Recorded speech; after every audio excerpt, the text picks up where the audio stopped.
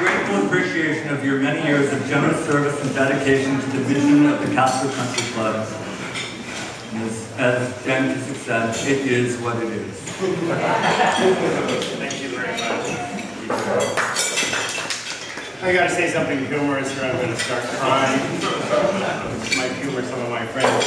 Anyway, Terry told me a couple days ago that I was being given this award.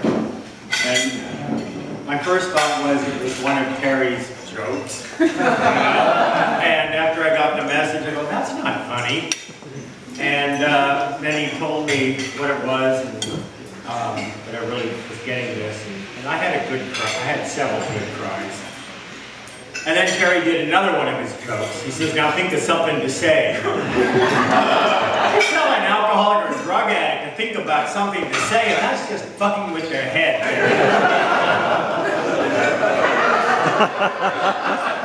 Anyway, you know, and then I began thinking a million reasons why I didn't deserve this, why I shouldn't get it.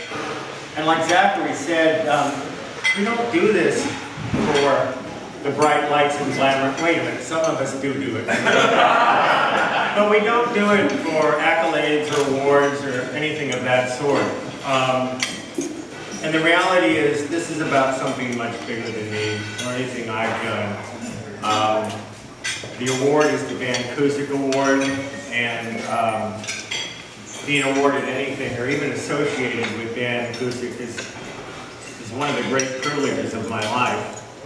And the other thing this is about the Castro Country Club, which is something I love and adore. Some of you may not know this, but I actually was acquainted with the Castro Country Club nearly 30 years ago. Yeah, I was 6 at the time. Anyway, my cousin, who was had a severe alcohol problem, I had moved her in with myself and my deceased husband, and we, you know, she got sober, and we were not sober, and we wanted to carry on, you know, and drink. We like to drink, and we like to do coke. You don't want a sober person in recovery with you. Talk about a buzzkill. So I would drop her off at this new club called the Castro Country Club, and then proceed and have a good time. It was kind of Kathy's daycare. And, but I started coming to the Castro Country Club myself in 1997. And I was one of those people that came into the club, complained about the coffee, didn't like the service, didn't like the manager because he wasn't doing a good enough job, it wasn't open enough hours, it wasn't open up regularly. I had a lot of complaints about the club, but I kept coming there because I had nowhere else to go. But I kept complaining. And then one day, I remember coming and the door was locked. And so I sat on the stairs. The next day, I came back, and the door was locked. And there were some friends sitting on the stairs. And I came back again, and the door was locked. And then we found out the place was closed permanently. And a group of us petitioned the Baker Places, which was running it at the time, to get it reopened. And that's when I met Dan Cusick. And there were about 30 of us at the time, and we worked out a plan with Baker Places to get the place reopened. And you know, I got involved with it, and I realized, you know, I'd taken this place for granted and how important it was to me. This is where I could go when I was troubled. This is where I could go when I was feeling slippery. It's invaluable, and it's not just for me, it's for so many people over the years. This place is just a gem to our community. It's a vital, vital resource. Gosh,